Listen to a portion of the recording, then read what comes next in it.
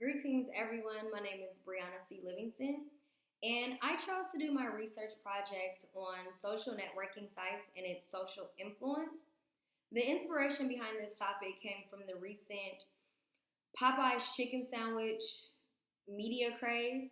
It started as a simple marketing tweet, or what one may argue as a simple marketing tweet, promoting their chicken sandwich that was going to be launched over the summer. And it started to turn into a war between Popeye's chicken sandwich and various other fast food restaurant chains to produce a similar product. As the debates were going on and people started to get more involved in the debate on who had the better chicken sandwich, it prompted me to think, how powerful is social media? It holds a great deal of influence on our community and marketing with organizations, which prompted me to further research this topic and to fully understand what social media entails and how it can continue to influence our communities. In trying to get a better understanding of how influential social media really is, I formed the research question of how are social media users' attitudes, perceptions, and behaviors influenced based on their usage and interaction with social media. So, from this research question, I was able to find extensive research on various entities, including organizations and journalists, and how they've used social media to influence the masses. Whether it's journalists trying to become more relatable with their audience and to impact their audience to believe whatever story they're trying to put out at that particular moment, or whether it's an organization trying to promote or sell a new product, such as Popeyes and the chicken sandwich. In addition to organizations using social networking sites to promote new product, they're also able to use it to keep their consumers and stakeholders informed on what's happening within the organizations, down to crisis communication. For example, I work for a company here in California, and our CEO passed away this morning. Opposed to me hearing about it on a news channel or a news application, I found out on Facebook. Our company put out a news brief informing us that our CEO had passed away and who was going to be our interim CEO in the meantime.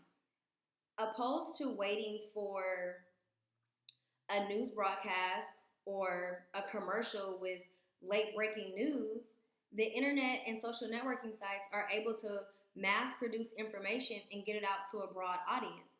So maybe I didn't work for my company, but I know someone who does, and I'm able to transfer that energy or information to another person.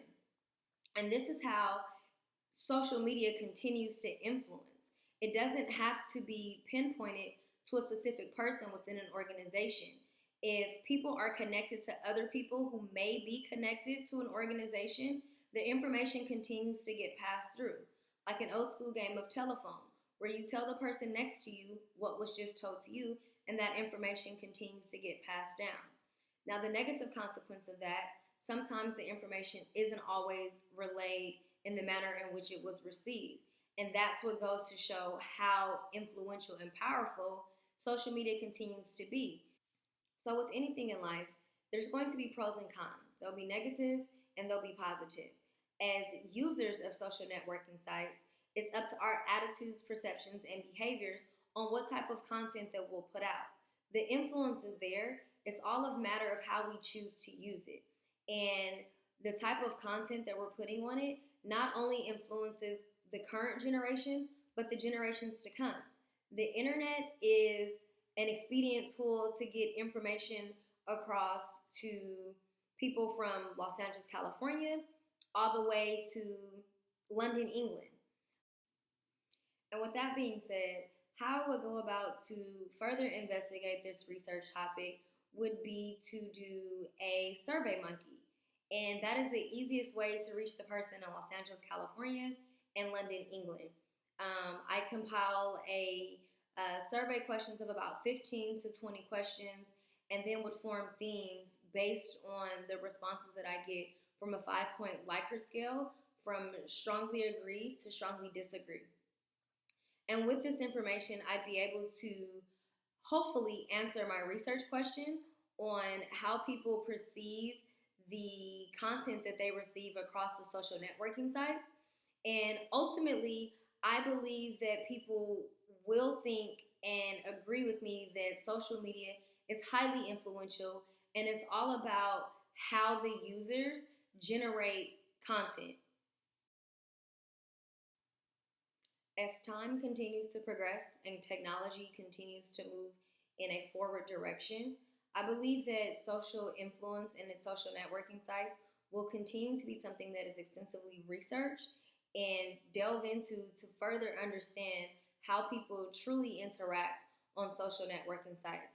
And it's probably only just the beginning, and things will only become bigger, better, and there are going to be sites that are going to generate content probably on an automatic feed. I think this is a very interesting topic. I've been so uberly excited to research and to study it, and I can't wait to see what the next